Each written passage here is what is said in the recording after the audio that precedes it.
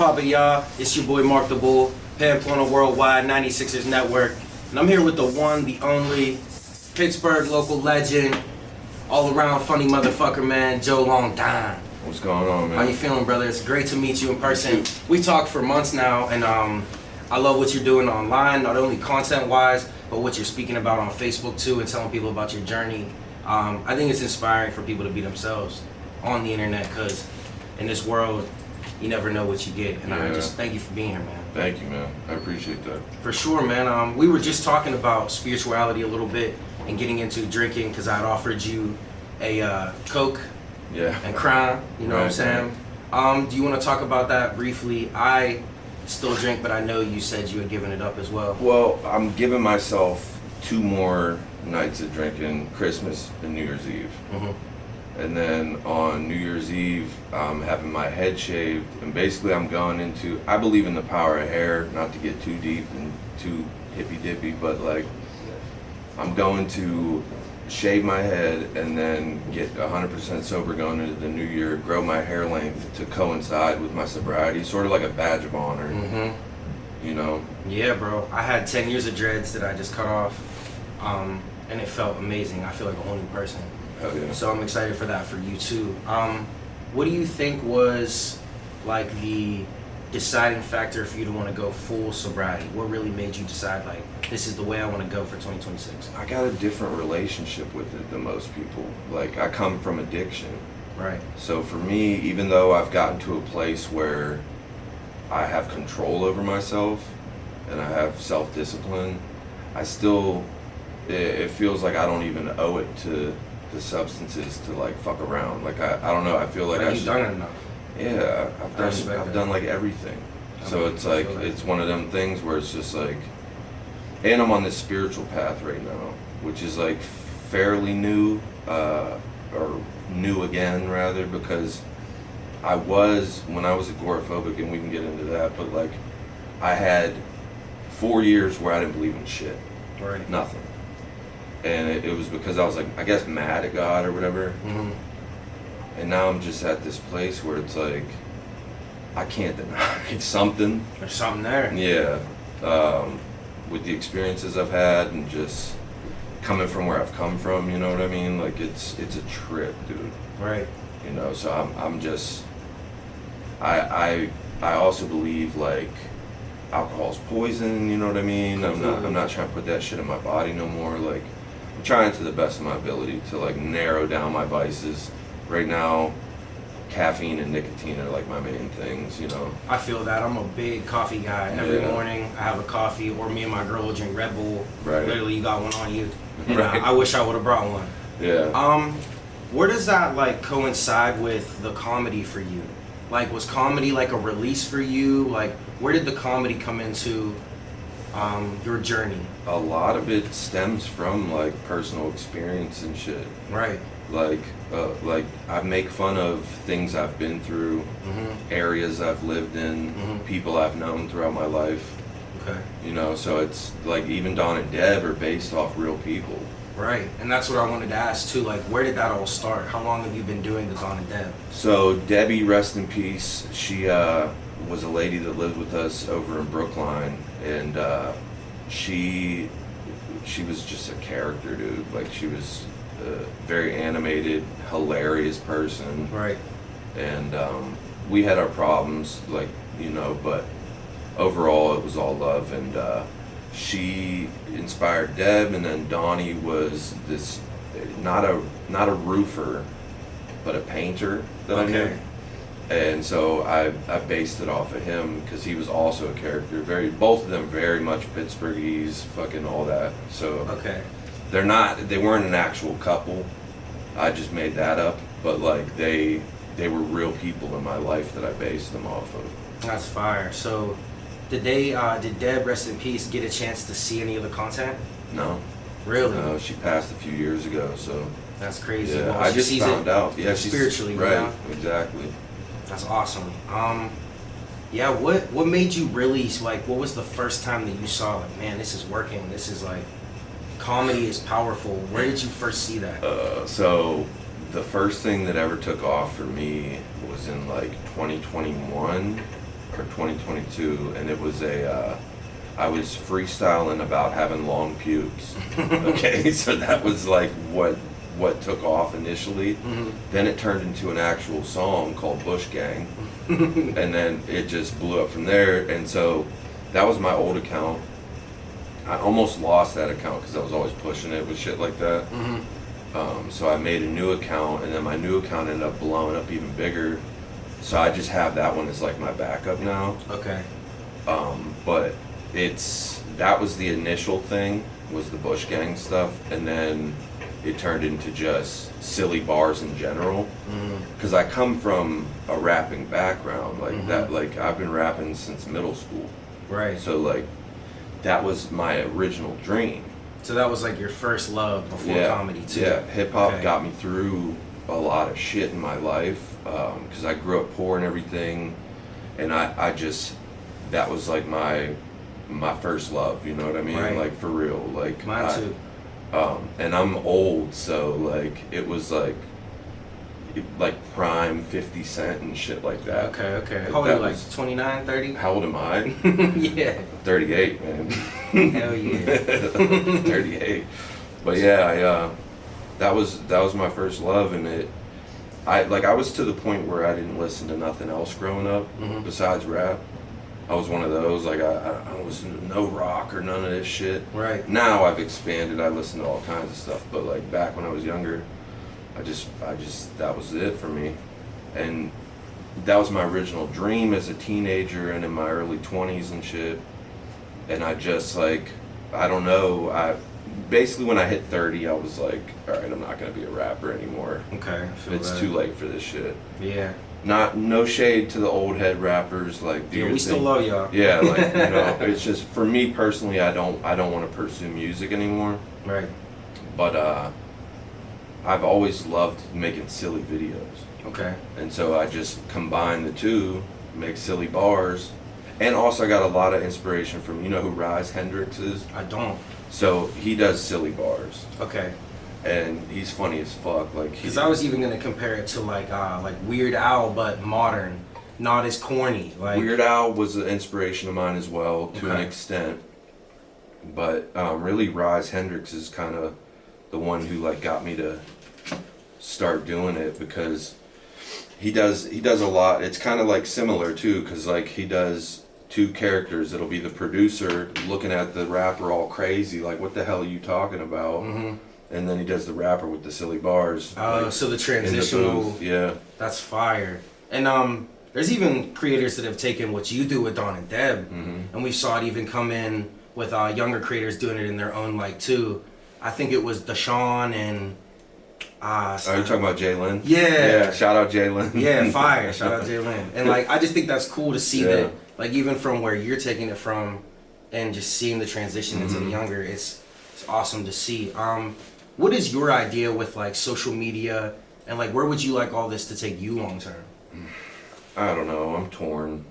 Okay. Cause I got a lot of social anxiety. That's why I'm sitting all awkward and shit. So I got PTSD. I've been jumped multiple times. I've been stabbed. I've been beaten with a shovel. So like for a long time, partly why I was agoraphobic was like I just didn't fuck with people no more. Right. And I was like, I'm staying out the way and in my house and just not dealing with it no more.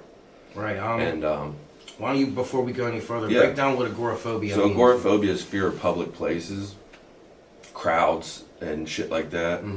And for me, it was so bad, bro. I couldn't even step out front of my house to smoke a cigarette for 4 years. Like, I did a couple times. I would like push myself to. But what helped me get over it was I started doing like Uber Eats with my buddy. And I still wasn't ready to go into stores and shit like that. Like just crowds in general freak me the fuck out. But I ended up like doing that, and then what the main thing that snapped me out of it was I was like doing shit for people to take me out of myself. So like picked up my gram from the airport, fucking helped my sister move, shit that where I gotta be there for this person. Right. You know, finding meaning in going outside. Yeah, like despite my fear, I'm gonna be there for this person because I love them. You know what I mean? Like I'm gonna be there. It'd be like if somebody attacked one of them, I'm gonna defend them even though I'm not a fighter, but I'm gonna defend them. Right. You know what I mean? Yeah, So it's deep. like, I don't know, and that's what helped me like snap out of it. And it was crazy. This is why I believe in God, because I only did that like a couple of times, and then I was just over it. I just wasn't afraid anymore. It's real. It just snapped out of it. And that was without, now I pray, but that at the time was without prayer or belief in anything. Like it was a straight up miracle. Right. Like for real. Because 4 years is a long time. Yeah, it's a lot of your know? life. Yeah. That's deep. And like, look where you've gone now, from not being able to talk to people to here we are now. And we've been talking about it for a couple months. So, I mean, cheers to that, bro. Thank you for being here. Yeah, of course. Where do you, when you look back at all of it and your journeys and everything, like where do you want people to see Joe Long? Because you say you're torn, right? But like, yeah, so that's what I was getting at. It's Yeah. like the stage fright and the fucking social anxiety. You know, I do meet and greets and I'm like stiff as a board like the whole time. I'm like, Right. I'm grateful and I'm glad these people are coming out to see me, but like I'm a mess, and then afterwards I'm drained for like 2 days. Okay. So I just, as far as like fame, I don't know if I want it, bro. Like actual fame. I mean, it's cool to be locally known. That makes me feel really good, especially because I used to feel like I was the underdog in Pittsburgh. I always felt like overlooked and the outcast and shit. And like when I was rapping, and then now it's like I'm embraced by the city, and it's wild. You know, like it completely changed my perspective. I know it shouldn't have to come to that, but it did. It changed my whole shit. Where I'm like, you know what? I love it here, man. Like, and I didn't for a long time. For a long time, I was trying to move everywhere else. Went to LA. Went to fucking everywhere. Right. Florida, Michigan, fucking all these places. And I was just trying to like find where it felt like home to me. Because I'm from Alabama. I was born in Alabama. That's what I was about to get to. Yeah. I grew up here though. I've been here since the 90s. Okay. You know, but I just always never felt like I was at home. Okay. You know, because I'm like, oh, I'm not like a true like Pittsburgher. True Yinzer. Yeah, because I wasn't born here and shit. I'd say you and are. I don't really have the accent, you know. So Like, not at all. It's just I got for the character. No, I got it a little bit. Okay. With certain words, I'll say shit. I'll slip up, and I'm like, oh fuck, you've been here too long, you know. Right. But yeah, the characters are like, it's an exaggerated, obviously like you know, straight Yinzer So fire, dialect, though. right? Thank you, man. They call it like the Yins and the Restless. Like there's so many like different plays on it now that have been just awesome to see. Thank you. So what was it like? You had these southern roots of Alabama. You said, what was that like? Did you ever split your time coming up? Do you have family still in Alabama? Yeah, I got most of them are in Florida. Okay. So I was born in Bama, moved to Michigan, moved back to Bama, then moved to Pittsburgh, then moved to Kansas, then moved to Missouri, then back to Pittsburgh, then to Florida. You lived everywhere. Yeah, then back to Pittsburgh. As an adult, that was when I was young, and then as an adult, moved back to Florida for a little bit, came back up here, and I bounced around. So like, I'm schizophrenic. We can get into that, I guess. When I go into a psychosis, I always take off, and I always go to some random ass city and some random ass state, and like try to rebuild my life and make a new start, you know. Well, I've been to Cali, North Carolina, fucking Maryland, like Ohio, West Virginia, like, which ain't far, but I mean, like. But the travel still is. Well, when I was in Cali, there was this year. First off, I was like, I'm walking to California, right? Because I was in a psychosis. Unfortunately, that didn't happen. I ended up getting the Greyhound, but I got off the Greyhound in Vegas. Okay. Then I'm in Vegas for a few weeks, homeless. just not knowing what to do. And I took off one day and just started walking through the Mojave Desert. Literally, like because I was unwell, you know, and I had no food or water. I found a joint in the desert though that somebody, I guess, tossed out their car window. But that kind of helped because I smoked it and I just was like focused. But I was walking. I didn't realize the desert's like really the desert, bro. There's like, I think it's like 60 miles before you hit a truck stop or something crazy. See, I've never been, and we were just talking about it actually, like what the real desert looks like. Yeah, it's no joke. Yeah, it's real. So I was walking through it for a full like day. Fallout New Vegas. Yeah, for a full day. And crazy. then at night, when it got dark, this couple pulls up. They're like, "What the fuck are you doing walking through the desert?" I'm like, "I'm walking to California." They're like, "Bro, get in." So they dropped me off in Apple Valley, California. Real. Yeah. And then I started working my way down because I wanted to go to LA. Even in the psychosis shit, I was like, I'm going to pursue rap. Yeah, like. So I get to LA and LA was chill, but then I got lost a couple times because I was in a psychosis. I fucking like lost like in Compton and shit. Like in the middle of the night, just walking around just in doing Compton. your thing. Yeah, and I realized it, and I'm like, what the fuck are you doing? Like I'm like, I gotta get the hell out of here, man. What the fuck? Like, so I ended up going to San Diego, but I walked there. I did walk to San Diego from LA. Wow. And it took me like, because I would cut inland and check out different areas. So it took me like 5 months. Okay. That's crazy. But I would like stop somewhere, meet people, crash on a couch, whatever. But 9 times out of 10, I was sleeping outside. Damn, bro. How many years would you say you were traveling?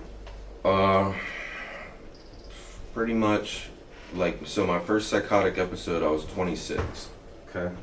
At least first confirmed one. I had issues before then. Like, But I this got is when you knew. psych records dating back to 13, but 26, it was apparent, you know? Right. And I had it from 26 almost annually until I was 32. I finally got on the right meds in jail. They found the right meds for me. Real. But I was misdiagnosed from 13 to 30 years old. They thought I was just bipolar. And they didn't know about the schizophrenia at all. Yeah, so what it is it's schizoaffective disorder bipolar type, which means I get symptoms of both. Okay. So I have to take an antipsychotic. I can't just take SSRIs for the bipolar, or I'm only addressing one half of it. So that was the issue, and that's why I was wilding out, because I didn't know what the fuck was wrong with me. I mean, that's awesome. They found the right meds too. And in jail though, that's why like I look at now, everything happened exactly how it was supposed to. Okay. I really do believe everything happened the way it was supposed to happen. I don't know about fate. I mean, I guess, I don't know, it's hard to explain, like, because I believe we can change that shit to an extent. But who knows, maybe it is all What if written it's in the preordained? stone. Yeah. Right, it could be. I like that idea sometimes personally. I think like it gives us purpose in a way. Like maybe we're all here for some divine reason, like the spiritual journey you were talking about. I do believe that. You know what I mean? Yeah. I have a lot of tattoos. A lot of mine are actually very spiritual. What do your tattoos mean to you? So I got, on my knuckles, I got Die Slow, which is for my mom and sisters. It's like it's a twisted sense of humor thing, but it means live long. We say die slow, die slower. Yeah, I get it. Die slowest. So I got that for them. I got the Steelers on my hand. I got the ant and the grasshopper, which is Aesop's fable. Just work and play. That's deep too, right there. A lot of people. Yeah, so I when I look at my hands, I remember to do something productive. Right. You know, most of my tattoos are reminders. Me too. I got beautiful on the side of my eye over here, which is like, I always had image issues my whole life. I always felt ugly, which I got ugly too over here in my eyebrow. I don't know if It's you a ever noticed duality. that. No, Yeah. and that's why I was Yeah, curious. the duality. And it's also like you're beautiful, even, you know what I mean? Like I have a beautiful mind. Like it helps me embrace my schizophrenia and my face, my literal face. That's too. deep. So that, I got an anglerfish, which is like, that was an old, like we did a mixtape, me and Jules, shout out Jules, and it was called Survival of the Littest. and had an anglerfish on the cover and shit, and had us looking at it like in the light, you know. So I got that. I got Ned Flanders, which don't mean shit, but it's just Ned Flanders. I'm a big Simpson I fan, got too. silly shit like too. I got Earthworm Jim, which is an old video game from the 90s. I got my Graham. I'm trying to think. I got quite a few. I got the butterfly. This is a cover-up of a prescription symbol. No more RX. I got it when I got off the pills and shit. Yeah, I feel that. I don't do pills either, man. I don't. Yeah. I smoke weed and I drink. Hey. Those are my vices. I don't even smoke cigarettes, bro. I swear to God, I would smoke weed if I liked it still. I get it, man. I had a boy named Anthony who couldn't do it either. He actually had psychosis. Cause he would just freak out and get overly paranoid and not be able to even like hang out and go home. So, rest in peace, Anthony. It sucks, dude. So the comedy would always help balance the recovery. Is there anything else that really, really helped you balance that as well? I mean, like I said, God, like I have in my room like a prayer corner and shit with a little altar. Real. And that's what's been helping me lately. Started going back to church, although it's not. So I did this ad for, or I don't know if you want to call it an ad, but I did like a promotional video for Ukrainian buffet. It's at St. Mary's in McKees Rocks. It's a Ukrainian Orthodox church, which I'm not like 100% about. I love them. I love the people and everything, but like I personally, my spiritual beliefs don't align with the Orthodox beliefs per se.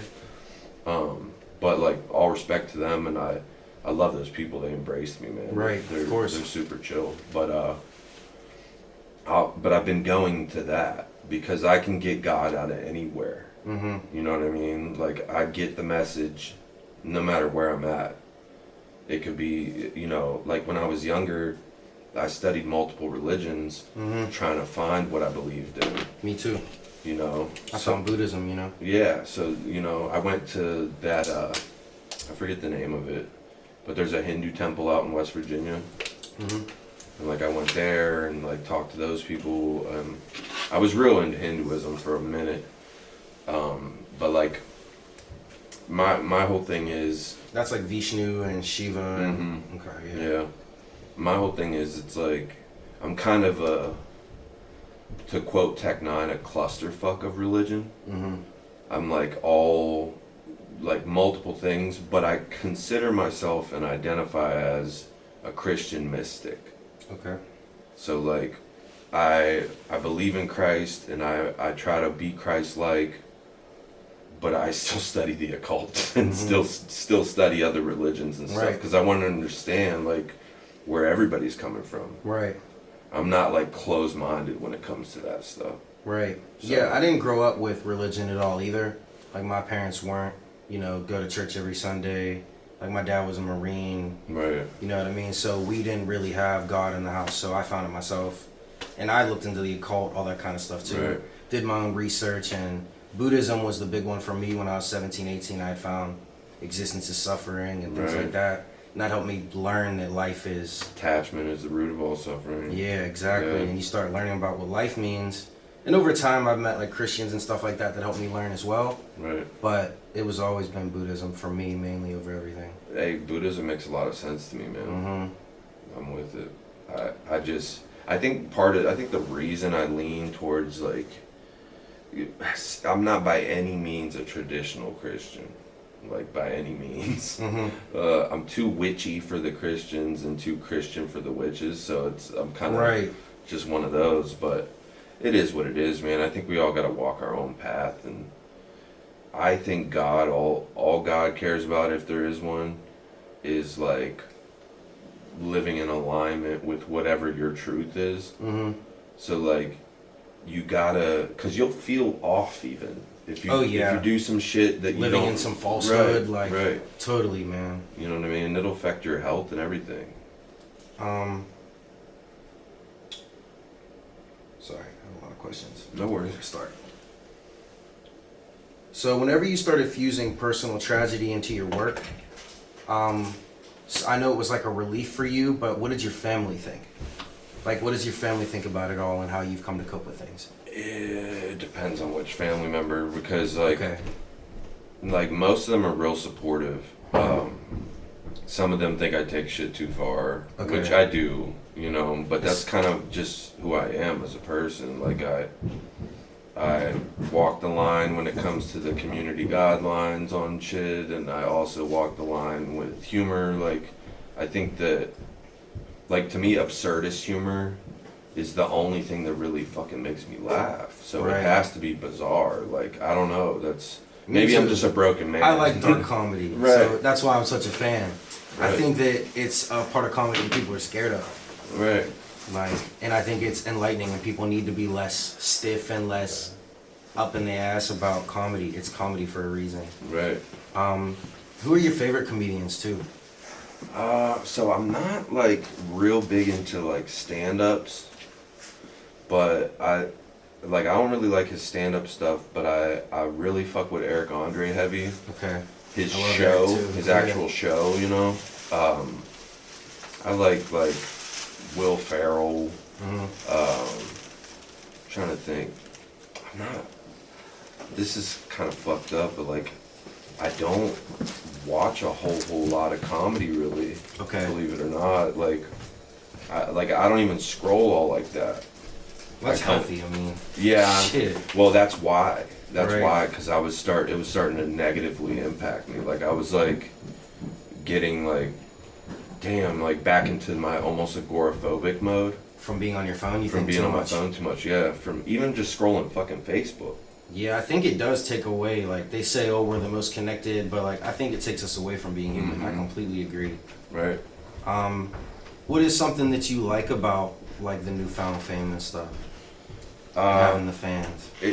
So I got like this wall in my room of like notes that people sent with Amazon gifts and shit. Really? And like fan art and stuff like that. So that wall's really important to me. That's awesome. Like people will send me paintings sometimes and stuff, and That's so but I crazy, kept bro. like every note that ever came with the stuff, Right. and I just made a wall out of it. Man, you gotta post that. That's awesome. Yeah.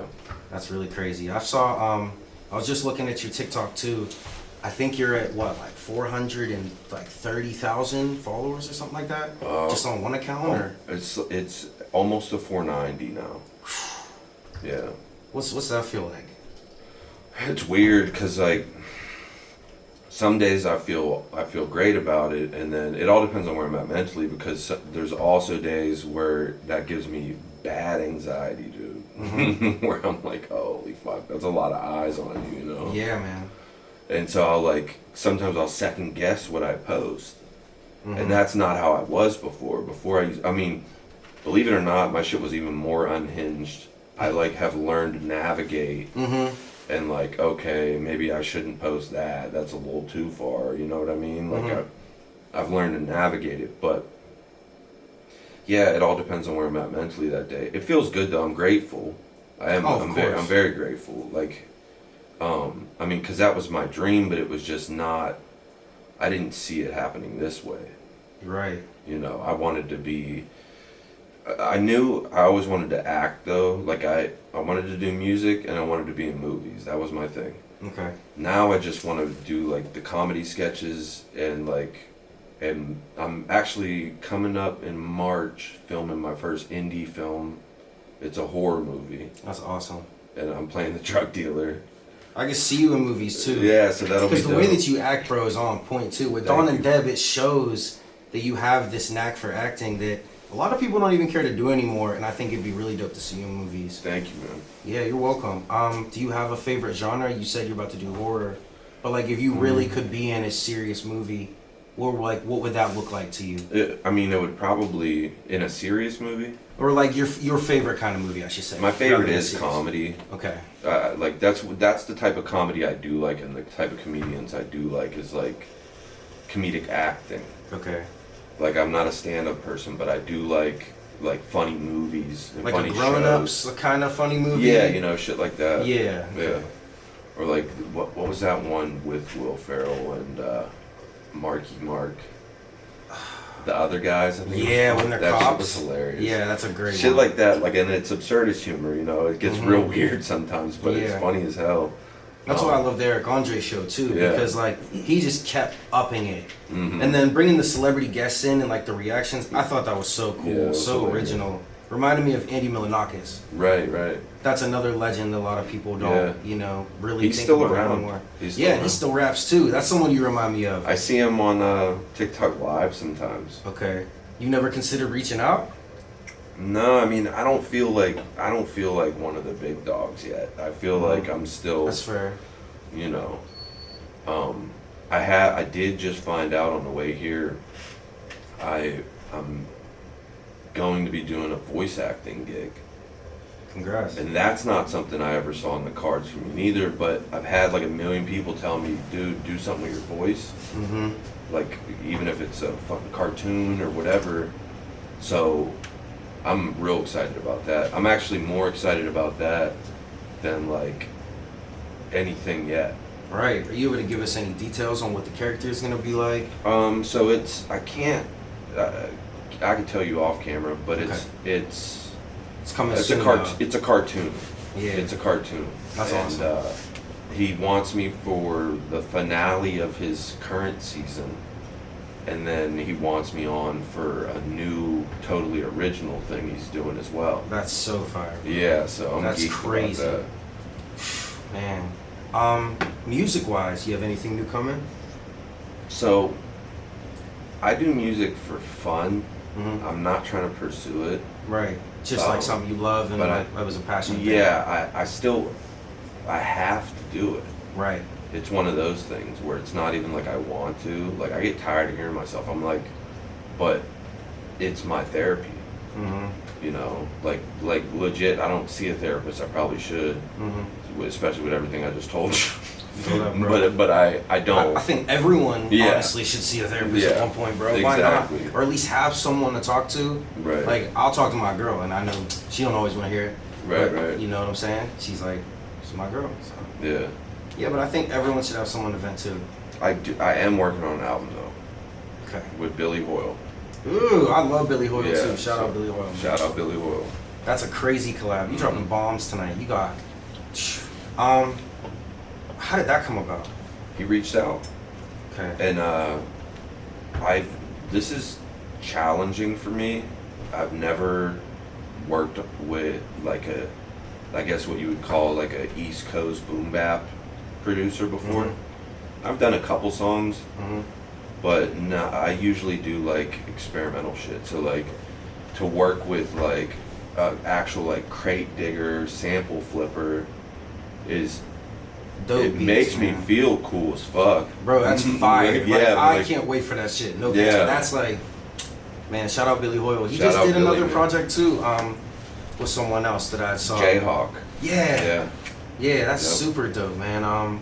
Have you considered any collabs with any rappers here in the city too? So I know you worked with Young Guy. We talked about that. Yeah, I've only ever collabed 5-6 times in my whole life. Okay. I just usually don't. Right. That could change. I don't know. I'm open to, you know. I just never have really. It just hasn't worked out that way. It hasn't been in the cards for me. Like I said, maybe 5-6 people ever. That sounds honest though. More organic. You know, like you came here with K-Drum. Shout out K-Drum, amazing artist too. K-Drum. You know what I mean? So you definitely tapped into the local community too. Yeah. I listen. Yeah. You know what I mean? I just, like I said, I'm not really trying to pursue music, so I'm just doing it. It's a passion project of mine. So, but like with the Billy thing, it's kind of like the vibe I get from it so far is like Freddie Gibbs and the Alchemist. Heat. You know what I mean? Like that type of not comparing myself to Freddie Gibbs. No, talk that shit, bro. But like, you know what I mean? JoeLongDahn. But it's dope the way it's coming together. But it's hilarious because at the beginning of it, I'm completely sober when I first started recording, talking about that. Then I ended up hitting some weed, so I talked about that. Then I'm like glorifying weed because I was liking it for a little He's bit. high as hell. Yeah, but then I like got sober again. So there's this whole roller coaster on the album itself of like But it's you. where I was at, right? And then by the end, I'm fucking. It's like basically Christian rap. It's fire, bro. Which is hilarious. Like it started out like not that. And I think that's dope to hear that you've like found your way in all these different lanes over time, like, and the music still stayed from the cartoons to the skits and everything, like, because I started with music, Right. and sometimes I always wonder, will I go back myself? So it's dope to see that that is something that still comes back around full time. Yeah, And I I respect have to. I have no choice. Right. I literally don't have any choice. I haven't dropped an album in almost a decade, Mm-hmm. but he reached out and I was like, ah, fuck it. All right, you know, Right. like what, you know, how do you pass a bad opportunity? Nah, especially when you got the love for it. Who would you say your like top 3 artists are that you listen to? So my goat is Lupe. Really? Yeah, love Lupe Fiasco. But it's funny because I say that, but like it's not like I'm like bumping him regularly or anything. But like to me, he's top tier. Definitely One of the amazing most lyricist. talented fucking dudes. Yeah. Trying to think. Does it have to be all MCs? No. Okay. Top 3 artists. So Lupe definitely. This is like co-worker rap, but I really fuck with Tech Nine heavy. I fuck with Tech Nine too. Like- And they're independent. Yeah, and He's again, independent. I'm not listening to him all like that, but like as far as like a human being and like lyricist, like he and the way his delivery is like like weird words, Mhm. like he like He's super linguistic. He Yeah. knows like a million words, and he's been doing this for how long? I think like 15 years maybe. right. He's a real pioneer in the hip hop industry. People know. Yeah. And I remember I lived in Kansas City before, Okay. and I remember being out there. I seen his first album art, and I was like, I ain't listening to this devil shit. Mm-hmm. And then years later, he's one of my favorite artists. But at the time, I was like, looked at his like image, and I was like, I ain't fucking with that, Right. you know. Yeah, I grew past all that. I started seeing it as like the art, and some of it's true. Like we were talking about the occult stuff. You never know, Yeah. man. Like, so I look at it. Yeah. You got a third artist? Third artist. I would say. Excuse me.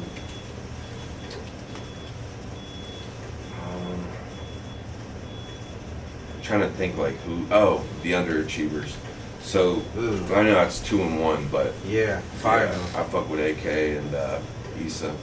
Okay. I can see that collab too. Yeah, they're fire. Yeah, I can see that easy. Um, So what has been like a lot of the more public stuff you've been doing now that you passed it? Like, you want to talk about some of the events you've had going on? What was the last? So we just did a food and toy drive, but it ended up getting canceled. I saw that. I because was of gonna snow. come. Yeah. But they got some decent donations prior to it getting closed down, so that was good. Okay. But that would have been my last meet and greet. Prior to that, it was, I'm trying to think, maybe Bakery Square was the last one for 412 Fest. Yeah, that was 412 fire. Day. I think that was it. So talk about that briefly. What was that like to get reached out by the city for 412 Day and everything? Oh, dude, it's weird. My very first meet and greet Mm-hmm. was at the Lounge in Brookline Okay. because that was my bar, and I like made it happen. It was for the Halloween party and shit, so it was Mhm. like both. It was like the Halloween party plus Joe Long meet and greet. It was like unofficial. Mm-hmm. Even the owner like didn't know till the last minute, and he was like, Joe, whatever, dude, like fine. Right. But then from that, which shout out everyone who showed up to that. I'm not knocking it at all. I'm just saying it went from that to the Science Center. Okay. That was my first official meet. It just and greet. went up like that I was for like, you. I was like, oh shit, and it was within like 2 months. That's crazy, bro. Yeah. And I felt like, speaking of the Illuminati, I felt like they gave me like some secret information because they told me about the change to Cayman Science Center prior to That anybody was knowing coming. about. Oh. I just kind of saw that. I'm just shocked, joking like- about the Illuminati shit, but I remember being like, damn, like, what the fuck? Like, so yeah, it was one of those things, dude, where it went from 0 to 100 fucking immediately. Right. And I was like, what is my life? And I was so nervous. If you look at those Science Center pictures, I was just like, it was bad. But I had a good time, and I'm grateful for everyone who came out. I gotta work with this anxiety every day. Hey man, I feel it. I even get it sometimes doing these podcasts still to this day, bro. Really? Oh yeah, man. Like before this, it sounds like I need a drink. Yeah. Right. Being real. You ever had any crazy moments with any fans yet? In any of those meet and greets or anything like? I had one, and I don't even mind putting her on blast for real, because it was a weird move. But she would ask me out, and I would say no, and then she would like DM me like asking me out again. I would say no. When I went almost a year without drinking, right? Mm-hmm. When I picked the bottle back up, she said, "Oh, does that mean we can go get a drink now, or go down and get some wings or whatever?" And I'm like, get the fuck out of here. Like, That's she was crazy. just pushy as hell. Wouldn't give up. Nah, eventually she did, but it took a minute. It took like over a year Okay. to like get it through to her. Like, leave me the hell alone. Like, no. Like, so, and it was a very like invasive vibe. You know what I mean? Yeah. Like I'm in touch with shit. Like, I can feel when someone's just like trying to get to me, and it was just weird. Okay. Yeah, I couldn't imagine. I try not to respond sometimes. I know I usually don't, but when she's showing up in person. Oh shit! So she was You know coming what I mean? to the meet and greets and stuff too. So That's even crazy. Okay, that's You know what I stalker mean? vibes. Yeah. Yeah, so just one of those. Shout out her. Yeah, right. What was your favorite moment so far, out of all this? Like, honestly, like, so for me, being able to work with like shit I grew up with, so like Kennywood, you know, Primanti's, Sheetz, like, you know what I mean? Yeah. And I gotta tell you after this, but I got one coming up along those lines. crazy. That is like next level with it. I just can't talk about it yet, but It's coming, people. yeah, but like keep an eye out for that. It'll be real soon. So let's break down the Kennywood thing. How did that come about? They reached out. See, that's so awesome, man. Like, Yeah. the city sees it, man. I That get must to feel go. amazing. I get to go to Kennywood basically whenever I want, which is a wild, like, it like heals a part of my inner child. You know what I mean? Because like knowing that my city fucks with me that much to where I can go to the local amusement park like whenever, bring my family whenever.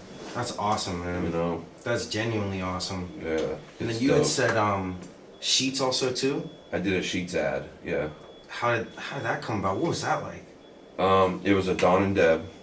Okay. And it was just, we did like a made to go order thing, and yeah, it was a silly little ad. It was a minute That's long, amazing, but, bro. yeah. That's like That's what I mean. It's weird. I'm the brokest though. I want to say this. I am the brokest TikToker. Okay, it's fucking annoying. Like, I have to.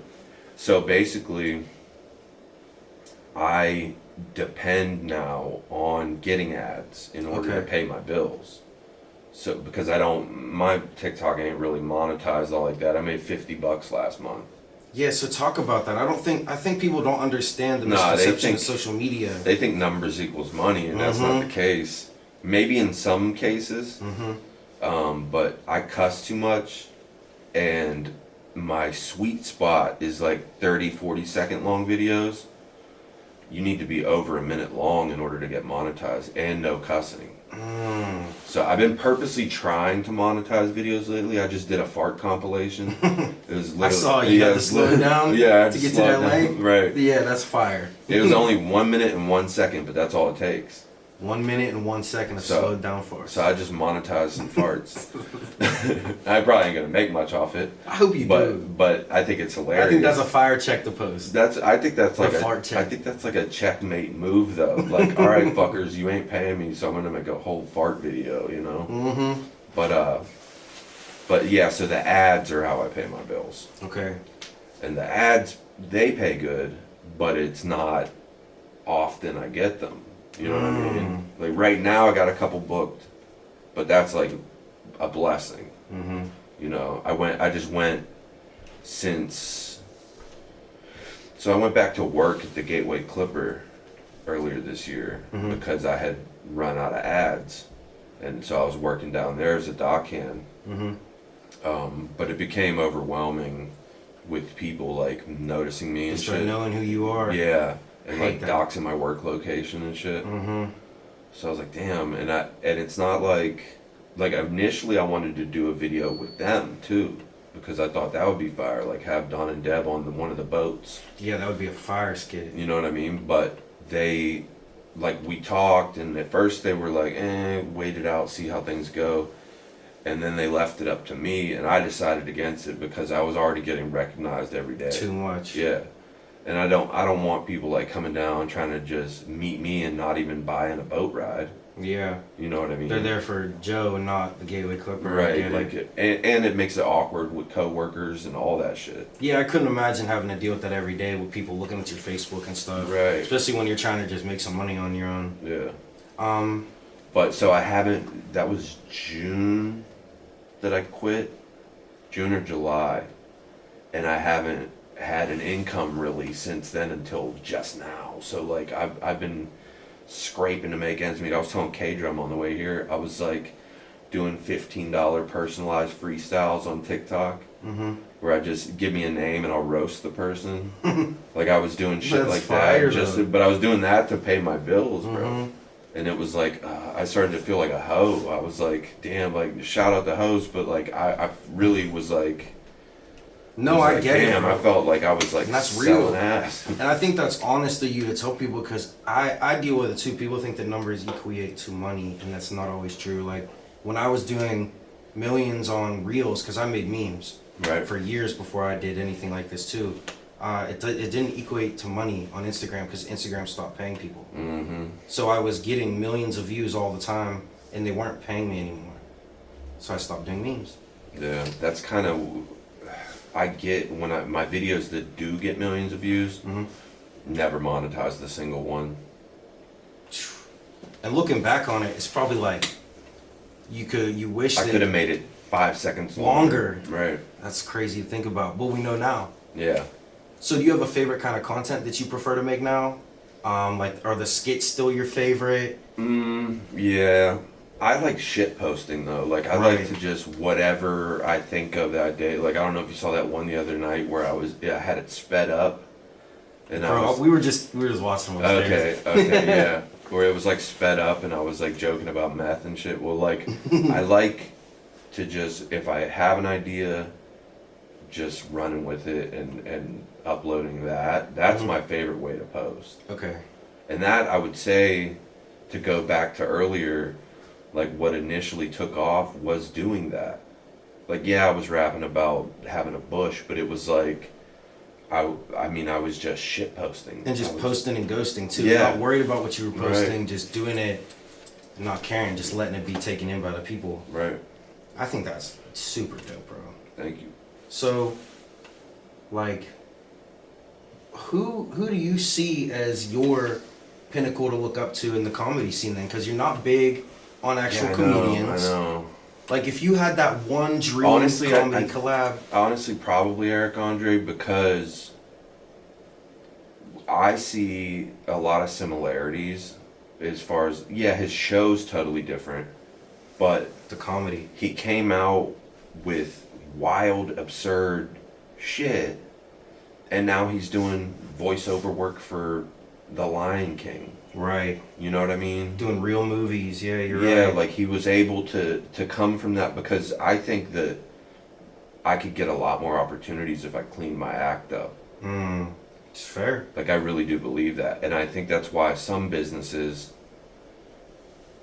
don't fuck with me anymore is because like I'm like joking about Huff and Jankum and crazy shit, you know what I mean? So they're like we don't want that, which I don't understand why Kennywood still messes with me. Like they, you know what I mean? Like follow me and all that. So it's like I think that some businesses understand that it's comedy and comedy's subjective. right. You know, like Kennywood is family oriented and stuff, but they know it's comedy. Right. Shout out Kennywood, man. I'm so glad that they work Yeah. with you and understand that too.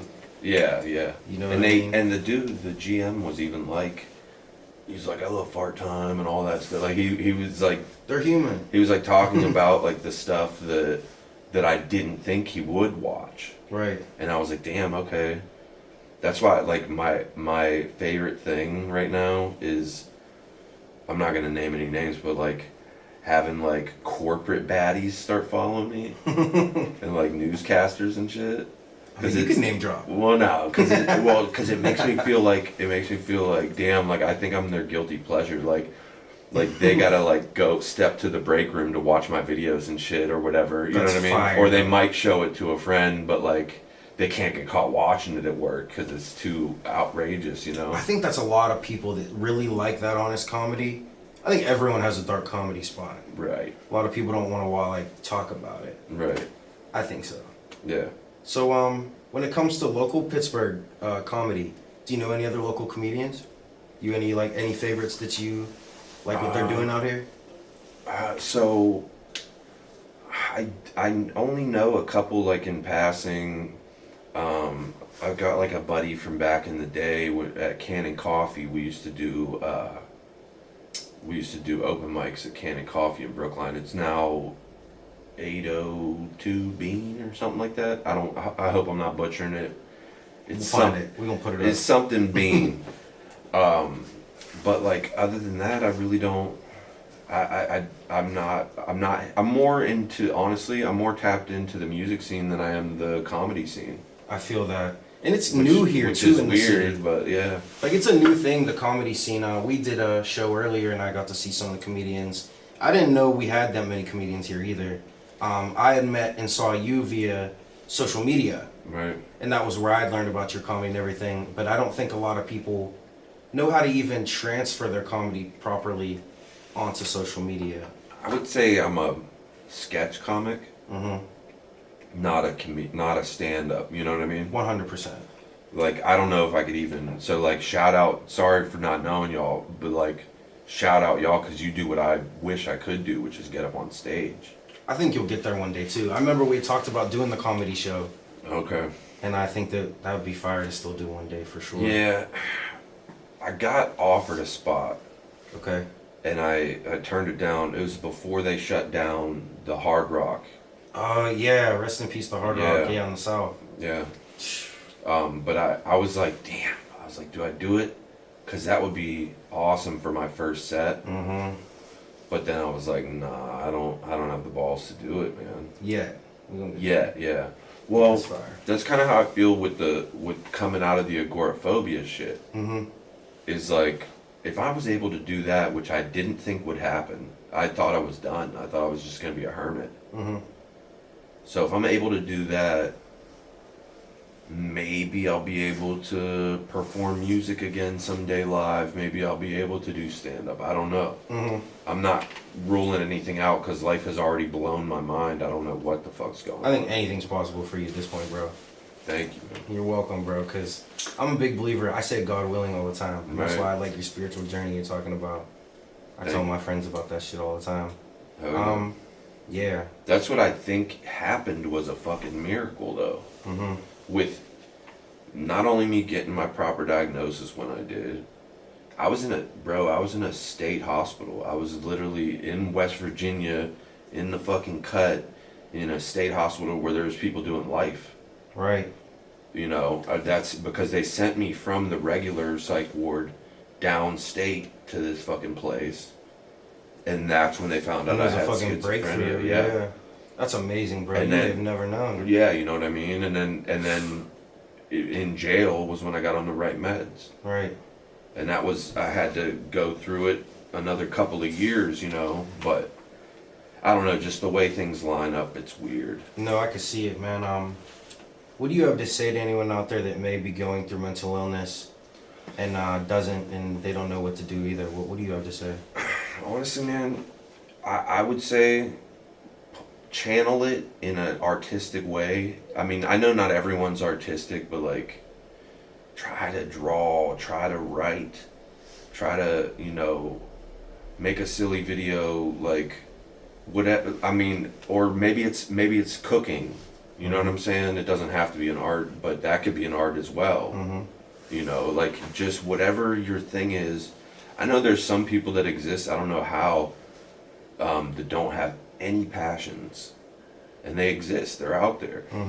That's like people that can't listen to music at all, which blows my mind, and I'm a little bugged out by. So I was on your website, Okay. JoeLongDahn.com. I saw a lot of pieces, and I know that you put that in with your content too. Like, I'll see a skit, and then you'll be like, "Yo, since you're here, Right. JoeLongDahn.com." Do you have a favorite piece you've ever made? My favorite line is the "Under the Weather Forever" stuff. Okay. Because that's the closest to like an actual like clothing line that I have, and it's representative of mental illness, namely depression. Under the weather forever, but really any type of mental illness. Right. Anybody can wear it, obviously, but like that's for my mentally ill peeps, like primarily. I'm gonna grab so one. that one means a lot to me. Okay, that's. And we got like the fake Mr. Yuck sticker ones. I don't know if you saw those. With the tears, like the raindrops coming out of its eyes. So I think those are fire. Those are dumb fire. Do you have any favorite brands you'd want to see yourself working with either? Like, I know you've done a couple dope collabs. Right. Like clothing specific. Clothing specific. So right now I'm rocking some Bad Pierogi. That's what Shout out Bad Pierogi. Yeah, I was waiting on you to talk about it. I fuck with the Don't Play Corp. So it was funny that he's here, because one of my favorite hats was from Cabana. Shout out Cabana. Yeah. So I would love to work with them again, cause I would rock some shit. Yeah. That's I fire. want that snowflake hat bad. Okay. I do. We're gonna get one of them. Yeah. Get him one of these. And then I know you're working with Billy Hoyle, and I know you've been rapping for a long time. Is there like a one dream collab you'd like to do musically? Probably. I don't know. See, Lupe's my favorite, but I don't know how we'd mesh necessarily. I think Tech Nine would be more of a, like, because Lupe don't really do that many collabs with other MCs. He does occasionally. So yeah, Tech Nine, I guess. I can see it. Because it to me feels like it feels like I could do that. Like he keeps his thumb on the pulse of the underground, and like he messes with artists who are just coming up. Like, I've seen him do it. I think it's because he knows how hard it was being independent. Like, he still, I'm pretty sure, owns his own label. Dude, he's in the Forbes tour, yeah, for an independent record label. That's crazy. Yeah, it's mind blowing. Shout And out Tech Nine. Shout out Tech Nine. A lot of it's merch. He's talked about it. Like, yeah, because people don't understand the power of merch sales. They got a whole fucking storage unit. I mean, not storage unit, but like whole warehouse. Making his full merch. Of merch, right? I just use Printful or whatever it's called. Like, you know what I mean? I ain't got no screen printer in my basement or nothing like that. You ever consider doing that though? I mean, nah, I don't have the time or energy, dude. Yeah, me neither. I really man. don't. That's why I'll call my friends. I'll try to find someone who can help me learn. Right. I'm rather help one of my boys do it or Hell yeah. that kind of thing. Pittsburgh, it's where we're from. Do you have a top 3 places you like to eat? My favorite is like random as hell, but Portofino's. Never been. It's down on, what is that, 51, I believe. Okay. Like down by that Dunkin' and shit down there. Okay. In the AHN, the Allegheny Health Network. I'm pretty sure that's where it's at. But Portofino's, so they make like a, Primanti's is gonna get mad at me for this because I worked with them, but whatever. Shout out Primanti's, we love y'all. Shout out Primanti's, but Portofino's makes a Pittsburgh style sandwich. It's hefty, bro. Like it's like you lift it like damn. All right. Yeah. Like it takes, and I'm a big boy, and it takes me 2 meals to finish this damn sandwich. That sounds fire. Yeah, Too. and I get the buffalo chicken one, even though I got ulcers. He said, "You want that spicy shit?" Still? I have to. I love that shit. Yeah. Taco Bell still kills my stomach. I can't put it down though. Does it? Yeah, bro. The Diablo sauce. I think Yeah. that's probably what it is. Yeah. Yeah, I love spicy food. I'm trying to think. What's the taco spot out in Brookline, in Beachview? Los Palmas. Okay. Those are fire. And then the third one, probably, I know people are gonna shit on me for this. So like, I like Fiore's, okay, I do, but I like Giovanni's, I like Giovanni's too. and like, it is what it is. Some people don't like that shit, but I fuck with that shit. I love Giovanni's too. So Are you a Minios or an ALO's guy? you know what, dude? I don't know. Really? Yeah, I can't remember the last time I ate either one, so I couldn't tell you. I'm gonna have to get on that. Yeah, I love Minios, man. That's my that's my go-to. I've had it. I know I've had it, but it's been so long. Yeah, it's where they put the toppings under the cheese. Okay. That shit smacks, bro. I'm not particularly fond of Betos. Okay. It's like a Lunchable for adults. Yeah, I don't like Betos, and I don't like square pizza at all. I know that's a lot of people's like go-to. I don't like oven top pizza. My friend Nikki's gonna shit on me when she sees this because she loves Betos, but I just can't get into it. I don't know. It's fine, I guess. But Right. Man. Man. Okay. I got one last question for you. Okay. And that is if you could say anything to your fans at home who've been supporting you, you want them to know anything coming, you want to say something to them, what would you like to say? I love y'all. Thank you so much. You've changed my fucking whole life. And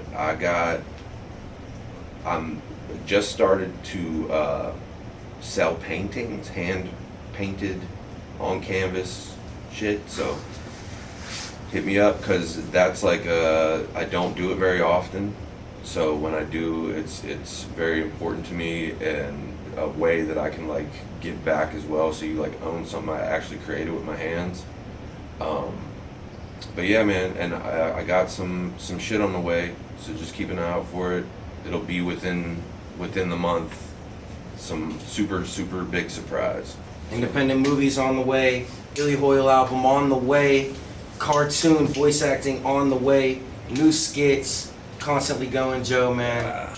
Man, thank you so much for being here, brother. From homelessness, that's what I want to say. From homelessness, keep that in mind, y'all. So you can always rise above, man. I come from the fucking dirt. So I love y'all. God bless y'all, man. And you're a Pittsburgh legend now, bro. Thank you for being here, Thank man. you, brother. Keep it grinding. Thank you, man. Thank you so much, bro. Hell yeah. My man. It's your boy MarcTheBull, 96ers Network. I'm here with the one and only JoeLongDahn. Shout out Dawn and Dad. Shout out on that.